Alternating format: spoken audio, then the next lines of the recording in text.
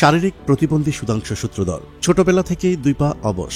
ঘর থেকে বের হয়ে চলাফেরা করাটাই একসময় প্রায় অসম্ভব মনে হচ্ছিল, কিন্তু পায়ে শক্তি না পেলেও মনের জোরে এগিয়ে চলেছেন।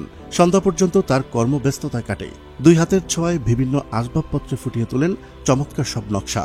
শারীরিক প্রতিবন্ধী সুধাংশু সংসারের বোঝা না হয়ে কিভাবেই বা সংসারের হাল ধরেন, তার অদম্য ইচ্ছা তাকে কিভাবে সমাজে প্রতিষ্ঠিত করে তুলেছে তা জানাবো আমাদের সহকর্মী মুরাদ হোসেনের ভিডিও চিত্রে।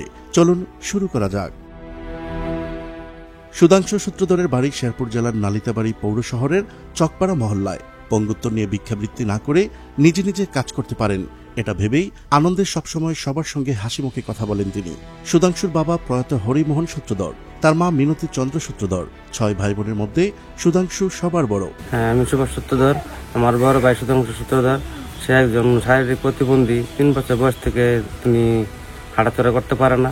পারিবারিক সূত্র থেকে জানা যায় 3 বছর বয়সে টাইফয়েডে আক্রান্ত হয়ে 2 পা অবশ হয়ে যায় সুধাংশু সূত্রধরের।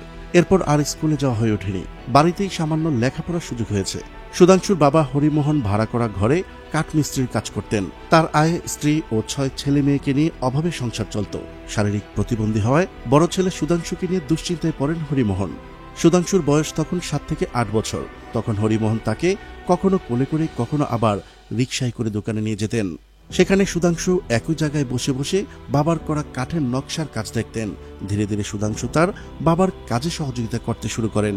এভাবে সুধাংশুর কর্মজীবনের হাতে খড়ি হয়। হাতে কষ্ট হয়, বুকে ব্যথা লাগে, সব মিলে একটা কষ্ট হয়ে আছে। পরিবারের সদস্যরা বলেন 2001 সালে সুধাংশুর বাবা হরিমোহন মারা যান। যখন সংসারের সব ভার এসে পড়ে 14 বছর বয়সী বড় ছেলে সুধাংশুর উপর। নিরুপায় হয়ে মনে সাহস নিয়ে বাবার ভাড়া করা দোকানে বসে খাটের নকশার কাজ শুরু করেন তিনি। সারাদিনে যা পেতেন তা মায়ের হাতে তুলে দিতেন। সেই আয়ে কোনোরকম চলত তার সংসার। শারীরিক প্রতিবন্ধকতা এবং অনিশ্চয়তা মোকাবেলা করে সুধাংশু এখন স্বাবলম্বী। সম্প্রতি নালিতাবাড়ি বাজারে দোকানে গিয়ে দেখা যায় ছোট্ট একটি একচালা ঘরে কাজ করেন সুধাংশু। ঘরের ভেতরে একটি ছোট্ট মেশিন, পাটাল, করাতসহ নানা যন্ত্রপাতি। দোকানে খাটের বিভিন্ন সাইজের কাঠের, তাতে বিভিন্ন নকশা করা।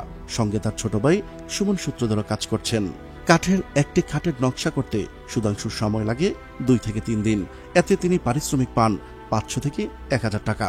দীর্ঘদিন ধরে সংসারের খরচ বাঁচিয়ে অল্প অল্প সঞ্চয় করে 2024 সালে 70,000 টাকায় ছোট আকারে একটি 3 চাকার স্কুটি কিনেছেন। এটাতে করেই প্রায় আধা কিলোমিটার দূরত্ব পাড়ি দিয়ে দোকানে যাওয়া আসা করেন তিনি। নিজেই হামাগুড়ি দিয়ে স্কুটিতে উঠতে পারেন, ফলে চলাচলে তেমন ব্যাগ পেতে হয় না। সুধাংশু বলেন, নকশার পাশাপাশি অন্যান্য কাজ মিলিয়ে মাসে 10 থেকে 15,000 টাকা আয় করে। বর্তমান বাজারের হিসাবে আয় সামান্য হলেও তাদের চলে যায়। কষ্ট হলেও কাজ করতে হয় তার, কারণ কেউ যেন সমাজে বোঝা মনে না করেন। স্থানীয়রা বলছেন, প্রতিবন্ধী হয়ে শুধু মনের জোরে স্বাবলম্বী হওয়া যায়। সুধাংশু সূত্রধর এর বাস্তব উদাহরণ। সুধাংশু প্রতিবন্ধকতা ছাপিয়ে যে কাজ করেন তা অন্যদের প্রেরণা হতে পারে।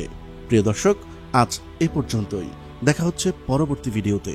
ততক্ষণ পর্যন্ত মহান আল্লাহ তাআলা সবাইকে ভালো রাখুক, সুস্থ রাখুক। আল্লাহ হাফেজ। শারীরিক প্রতিবন্ধী সুধাংশু সূত্রধর ছোটবেলা থেকেই 1 পা অবশ।